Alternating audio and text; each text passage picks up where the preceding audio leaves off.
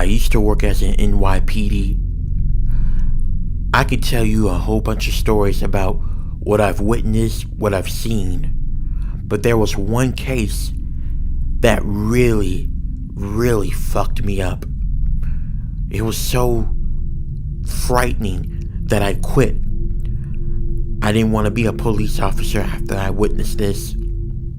So it happened 10 years ago. It was 2014. It was around the springtime. I want to say around May. I believe it was around May. I got a call that there was some commotion going on in an apartment complex. There was a bunch of screaming and shouting and even gunfires. So I immediately drove my police car there. I got out and I headed upstairs to the apartment complex, to the room where the report was coming from. When I got there, the door was already open. I pulled out my gun, expecting the unexpected. When I got inside the apartment complex, there was a ton of blood everywhere. Not only that, but the room was dark as well. I took out my flashlight to see around the area, but the minute I flashed my light down to the floor of the apartment, I saw 3 dead bodies. But the bodies looked strange.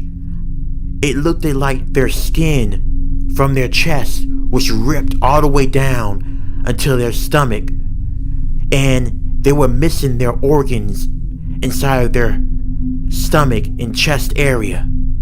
It was really gruesome and graphic. I was saying to myself, what the hell could have caused this? I need to call for backup. So I grabbed my walkie and I called for backup. After I got done calling for backup, I continued to investigate. Like I said, I had no clue what could have happened here, but I really don't want to believe that this was done by a human. It seems like something else done this. That was what I was getting from the crime scene. Just as I was about to go into the next room, I heard low pitch growling. I turned around fast and saw glowing eyes. At first, I thought maybe it was a dog, a very large dog.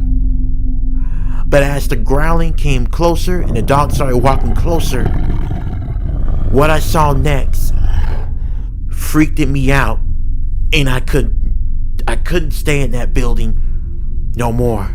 I had to get out of there.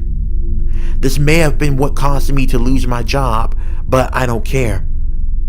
So, when I looked at the dog coming closer, it stopped just about maybe a foot from me. And that's when the dog began to raise up on its hind legs. And it let out another deep, low growl. The minute I saw that, I ran out of the building. Not looking back.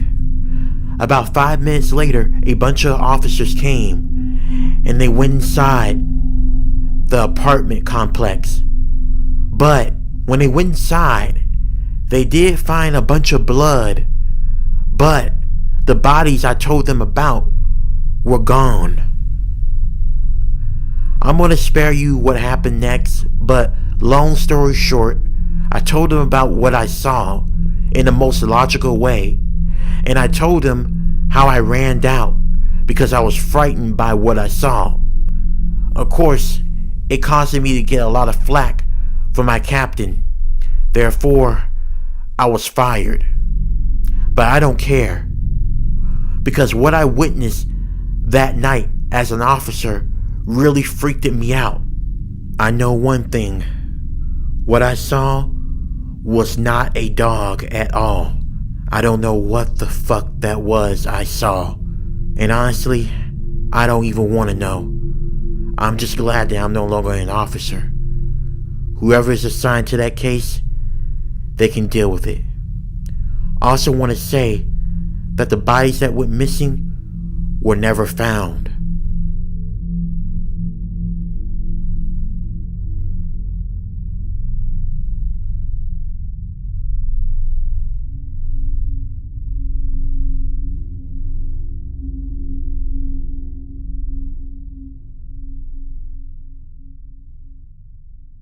A woman named Stephanie took a trip to Miami, Florida. Stephanie did not want to have to pay so much to stay at a motel, but instead she rented an Airbnb for the next 2 weeks as she stayed in Miami, Florida. She met the owner of the Airbnb. His name was James. She looked at him and she immediately felt uncomfortable. She felt like this guy gave off creep vibes. But he was only charging $325 for the next 2 weeks because that's how long she was staying in Miami, Florida. James, the owner of the Airbnb, was a heavy-set guy in his 40s. He had missing teeth, and she felt really uncomfortable when he smiled at her. She made sure to keep the conversation brief with the guy so he doesn't get any ideas. Now, she did felt a little uncomfortable with the fact that he lives next door to this Airbnb, but she made sure to have her taser and pepper spray with her at all times in case the man tries something.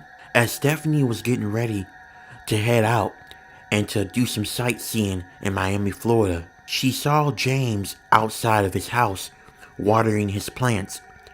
He waved at her with a smile. He told her, "Have fun, Stephanie. Make sure you enjoy yourself. And don't worry, I'll make sure no one comes in your Airbnb and take none of your stuff." "Oh, okay. Thank you," Stephanie said with a very uneasy feeling. She still didn't trust this man, so she set up cameras right before she left out, just to make sure he doesn't go inside of her Airbnb to do anything. Later on that night, Stephanie came back, tired and a little bit drunk, after enjoying herself downtown in Miami, Florida. When she came into the house, she checked the recordings to make sure that James didn't come into her house. Surprisingly, he didn't. After she got done taking a bath, she made her dinner, and after she got done with her dinner, she brushed her teeth and went off to bed. But 3 hours later, while she was sleeping, she heard someone knocking on her door.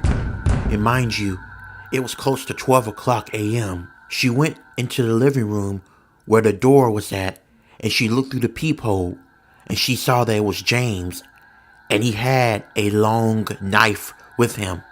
But he wasn't looking at the door. He kept on looking towards her car. James knocked again, still facing her car. This time, he said something through the door. "Stephanie, are you awake? You need to come outside. I need to tell you something. It's important." Stephanie began to feel unsafe and creeped out. She does not know this man. So what she did next was she grabbed her stuff, everything that she had, and packed up and ran outside through the backyard, getting into her car. When James saw this, he ran over there, waving his arms, but she didn't hear what he was saying. She closed the door, started up her car, and drove off. She was going to report him the next day about what he was doing. She knew that he was trying something, and she went with her instincts and got out of there. But unfortunately for Stephanie, the real danger is in the car. See, what Stephanie didn't know was while James was outside walking his dog around the neighborhood, he happened to see a man, a large man that was able to successfully picklocket her car door and get inside of it. He had a gun on him. James tried his best to warn Stephanie, but she kept on ignoring him.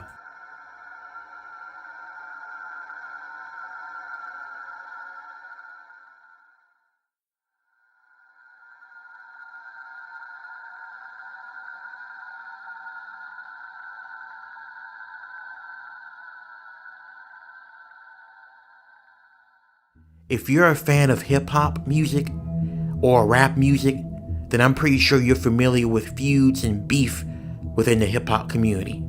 It's normal, it's something that happens all the time, it's a part of the culture. But I've been a part of rap beef when I was a manager for an artist who I really won't mention.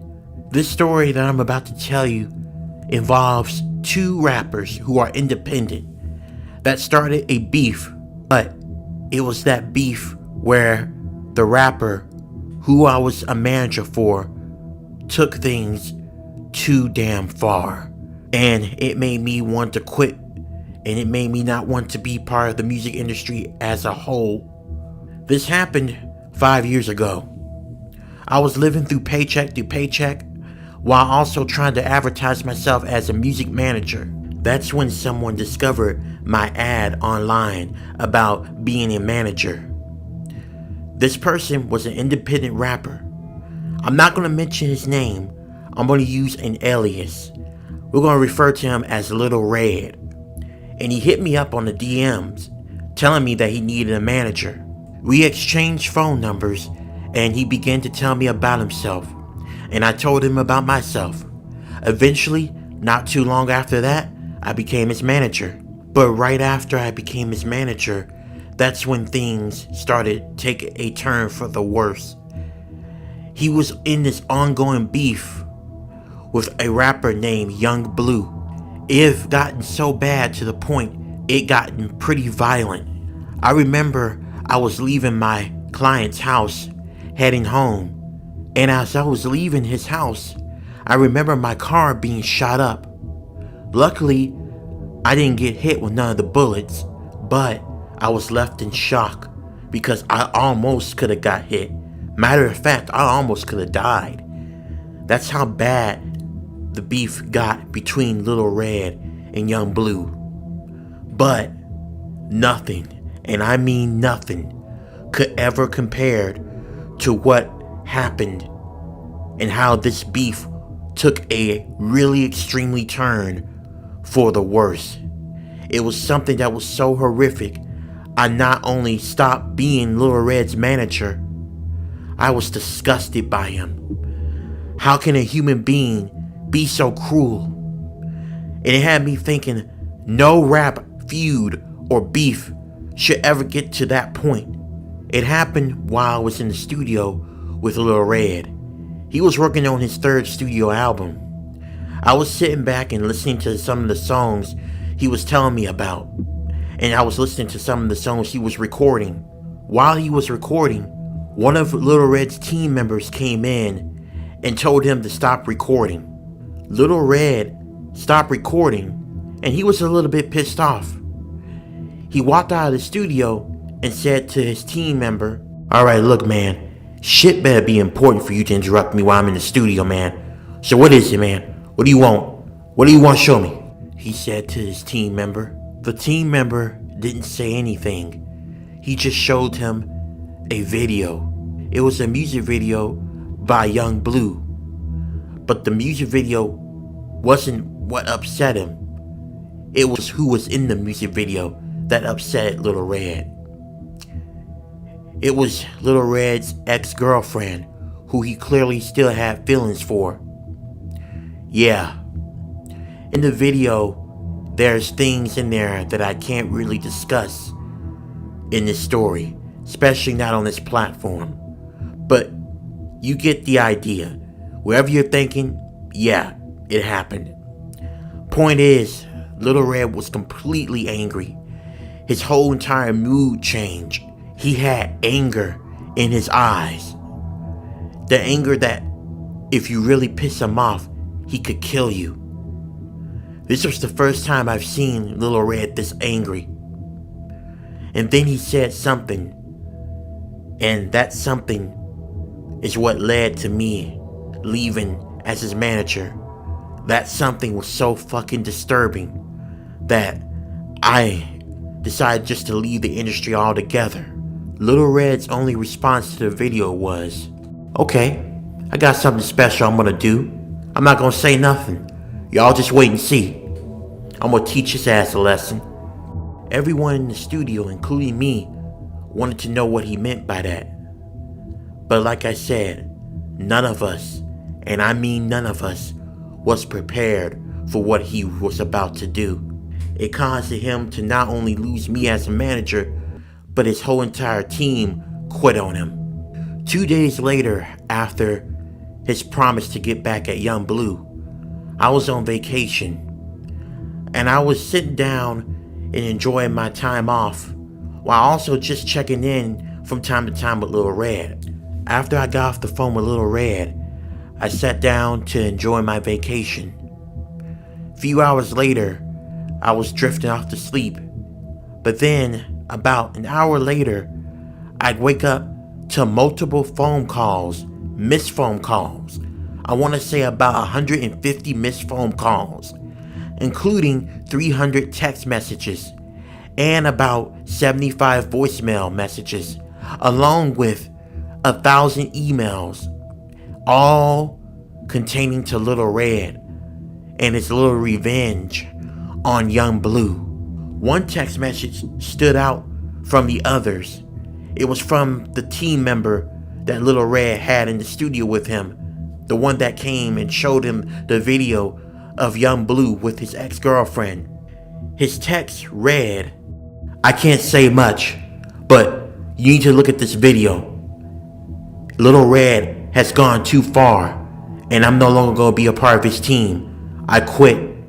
After I got done reading the text, I was really nervous. What did Little Red do that was so fucked up? So I hit the link to the video the team member sent me, and I'm gonna try to spare you guys the details the best way that I can. But what Little Red did was so far beyond taking it too far. It left me throwing up on the beach. Somehow, Little Red digged up Young Blue's deceased mother from her grave, and he put her in a music video, the actual corpse of his mother. And he did something so disgusting. I let you decide what it was. But if you already know, or if you think you know what it is, it's exactly that. I immediately threw my phone away out of disgust. I picked my phone back up, and I sent Little Red a message telling him that I quit. I can't work with someone like him.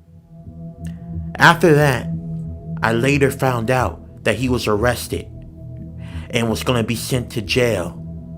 I heard other rumors saying that he was also seeking a mental evaluation as well. Well, wherever it's going on, Little Red needs help. That's just taking it too far. I understand rap beefs and feuds happen, but there has to be a limit. And if there is, Little Red definitely went beyond that and more.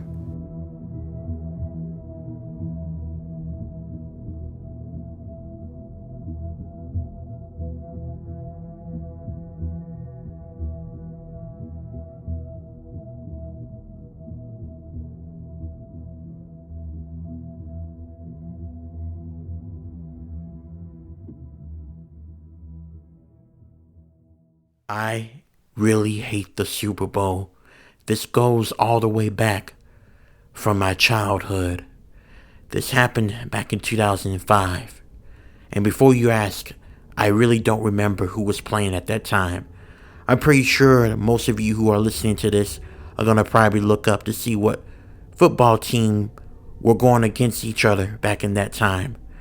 But I don't even want to look up nothing about the Super Bowl, because when I think about it, it takes me back to that traumatic experience. Like I said, this happened in 2005.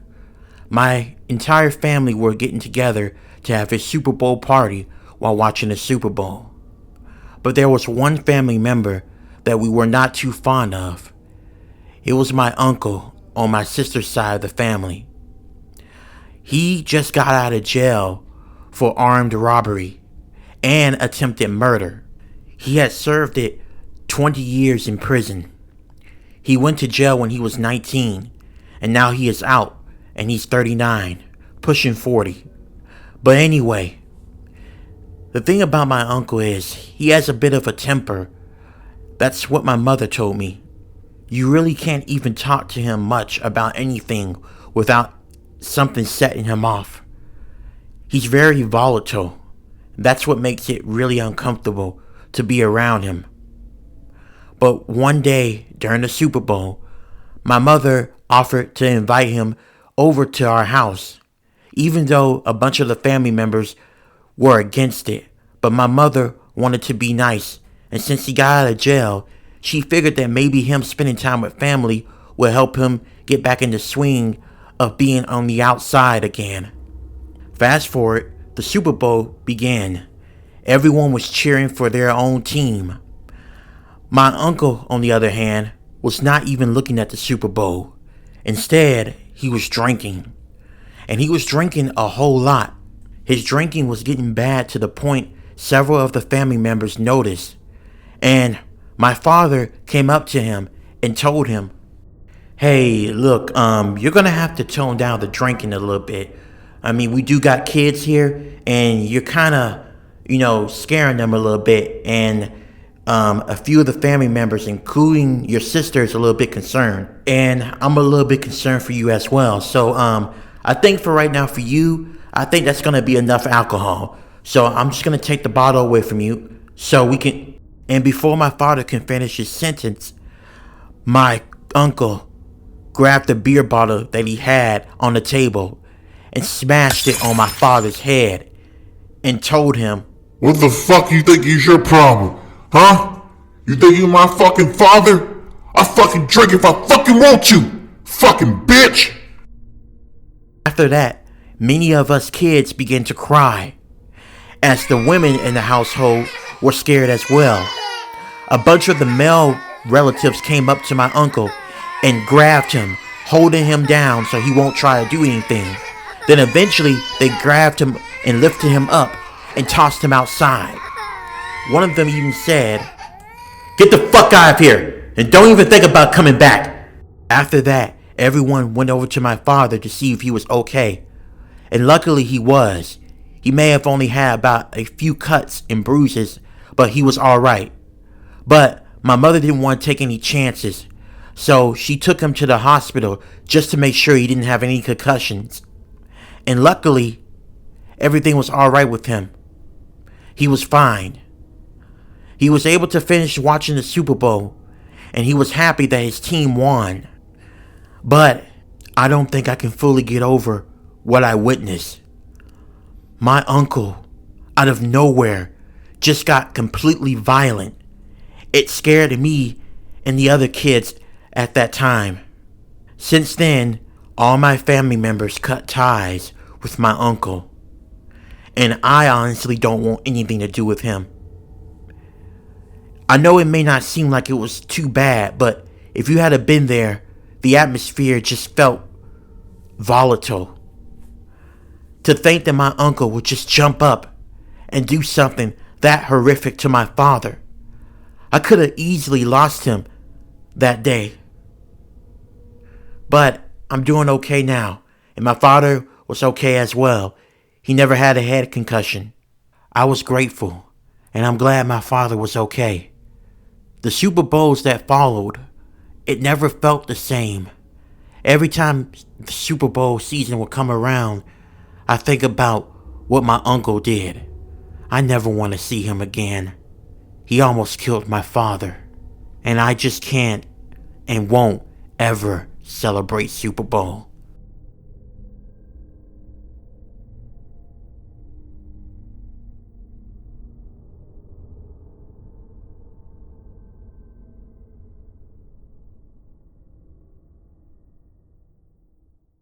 Hello, my name is Nicole, and I don't know how to start this off, but I'm just gonna bluntly just say, I used to trick men out of their money. Well, I used to rob men. I would drug them, not to the point where it would kill them, but to the point where they would be knocked out, and I would steal from them, whether it was watches or electronics or cash, you name it. I will steal from them. I'll lead them on, and then right when they're in a vulnerable situation, I'll steal from them. I know a lot of you are judging me, and I get it. I'm a shitty person. And after I get done telling this story, a lot of you gonna probably think this is karma. And you could be right. It probably is. I probably deserve what happened to me. And I do regret everything that I've done. And I wish I could take back the things I've done. But I can't. I can only move forward. So this is why I'm telling this story. But like I said, I would steal from men. But there was this one particular guy that I tried this mess with, and it almost cost me my life. This happened 2 years ago. I was matched up with a date on Tinder. He was a really nice looking guy, but that's not what drew me to him. Yep, you guessed it. It was his money. He said on his bio that he makes about $30 million a year. That means that he makes over $1 million a month. My next victim, I said with the biggest grin on my face. I messaged him, and he replied back to me. We text back and forth on the app for about a few hours before we exchanged numbers and social medias to follow each other on. After that, he asked me out on a date, and I accept. I knew this was gonna be an easy target. This guy seemed desperate for a woman, and I know he was gonna let his guard down. That's what I was thinking. And like I said, I know I'm a horrible person, but I wasn't prepared for what was gonna happen later on. After that, I went off to bed, and then the next day, I got ready for the date. It was around 5 o'clock p.m. and he booked this beautiful restaurant that we were gonna eat out at. When I got at the restaurant, I waited for him. About 15 minutes later, he showed up. An hour had passed, and I was really enjoying myself. And there was a small part of me that kinda almost didn't want to do what I was about to do. But eventually, I got over it, and I went ahead and put my plan into motion. When my date went to go to the bathroom, that's when I pulled out some strong sleeping medicine that would have made him fall asleep very quickly. I put it in his drink, and I stirred it around, and I waited for him to come back. He eventually came back from the bathroom. He sat down, and he was about to grab his drink. But then all of a sudden, he said something out of the blue. What he said kind of threw me off guard. Hey Nicole, do you want to go with me somewhere really special? He continued to say, I promise you, you're going to like this little surprise I have in store for you. I was upset that he didn't even touch his drink, but I figured since he's offering to take me somewhere, I can try again, and this time I won't fail. So I took him up on his offer. I got inside of his car and we drove for about 45 minutes until we stopped at a place that was full of forests and mountains. Then he told me to get out of the car, and so I did. When we got out of the car, my date was looking at the mountains while smoking a cigar. And then he said something that gave me chills. You must think I'm dumb, Nicole. I saw what you did to my drink. I know all about you. Every single guy that I talked to that you dated warned me about you. But that's not why I'm here. I'm here because of what you done to my brother. How you deceived him and how you stole from him. How he actually thought that he had a chance at finding him a good relationship just for you to take all of his money and cause him to go bankrupt. He ended his life because of you. I was in shock. He caught on to what I was doing. But instead of confessing, I tried to lie my way out of the situation, and that only made things worse. I told him, I don't know what you're talking about. I don't know your brother. I wasn't trying to steal money from you, if that's what you were thinking. Why would you accuse me of something so dumb? Shut up, he scoffed it at me. He continued to tell me, you want to know a little secret, Nicole? When you matched with me, I already knew what you were about. I came here because I need to get rid of you. Women like you shouldn't exist. You steal money from hard-working men instead of making your own money. You have no value in this world. So, here's what I'm gonna do. I'm gonna make you pay for what you done to my brother. And you're gonna pay with your life. Before I can even get a word in to respond to him, he pulled out a gun. I tried pleading with him the best way that I could because I didn't want my life to end. I told him, look, please, don't do this. There has to be another way that I can pay for what I did. I'll turn myself into the authorities. Just don't kill me. I pleaded with him, but there was no pleading with him. He wanted me gone. I could see the look in his eyes. So I had to do something drastic. I walked it closer to him, closer to the gun, to make him think I was giving up my life. But the minute I got closer, I pulled something out of my pocket so fast that he didn't have time to react. I pepper sprayed him in his eyes, and then I grabbed his gun and I knocked him out on the head with it. He fell down to the ground, and then he tumbled off the cliff of the mountain we were standing on. I looked down and I saw his body. It was really messed up. It was very gruesome, but I'm gonna spare you the details. After he fell to his death, I took his car and I drove out of there without regretting anything. The only thing I regret was doing what I was doing to a bunch of men, taking their monies and leaving them. I did report to the authorities about what happened, but I didn't tell the truth. I just told them that I saw a man jump off a cliff, and there was no one there that could put me at the scene of the crime, so no one's gonna know what actually happened. I blame myself for this. It was on me. I put myself in this situation by robbing and stealing money from men, and so now, not only do I have to feel guilty about what I've done when it comes to robbing people, now I gotta feel guilty about being a murderer. This is my karma.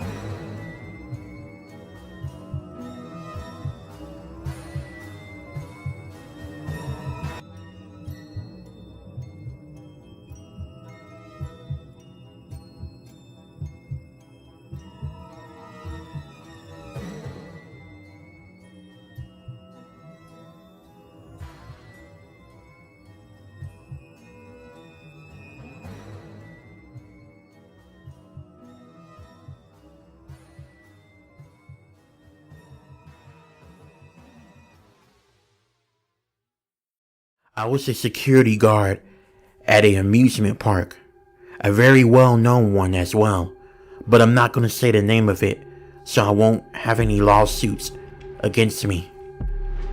But anyway, there was something horrifying that I came across that made news waves across the world.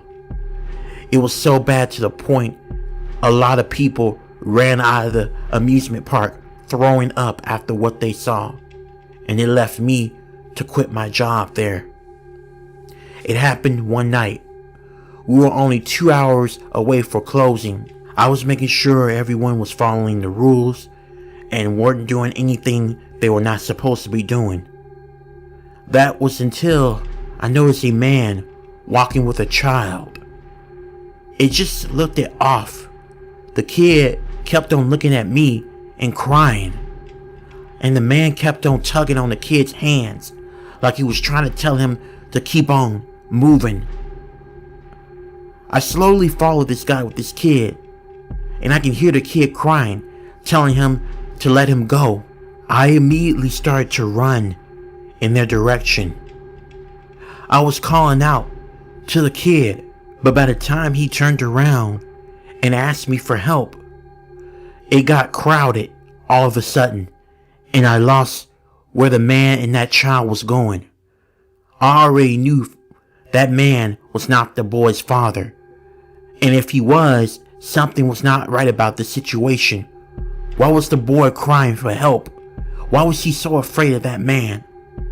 I began to put out a distress call to other security guards, telling them to be on guard for a man with a little boy. And I told them that the boy may be in danger. The other security guards understood, and they kept an eye out for the boy with the man. Eventually, we couldn't find him. And as the store was getting ready to close, that's when it happened. There was a loud scream. No, not just one scream. There was a lot of loud screaming. We immediately ran in the direction of where the screaming was coming from, and it was coming from the men's bathroom. There were a bunch of people crying and throwing up, being a witness to what they just saw. I pushed past the crowd and I got in the bathroom, and what I saw also made me want to throw up. It was that man who had that child. But that wasn't the worst part. The worst part was I looked at him and I looked at the child, or what was left of the child. Brace yourself for what I'm about to tell you. This man was eating the little boy. He was eating pieces of the little boy. He was eating his flesh and his entrails. It was so disgusting, I couldn't help it, and I threw up right in front of him. After I got done throwing up, I grabbed this sick son of a bitch, and I yanked him up and slapped handcuffs on him. I waited till the police arrived to take him off to jail. It turned out this man was not related to the boy. Apparently, this boy came with his mother, and the man happened to see the boy alone for a few seconds while the mother was in the bathroom, and the man took that child and he kidnapped him. Why he ate him, I don't know. But this was so fucked up and one of the most disturbing stories I've ever witnessed. I couldn't work there no more. I left. I am so traumatized about what I saw. Mentally, I don't think I ever recovered ever again.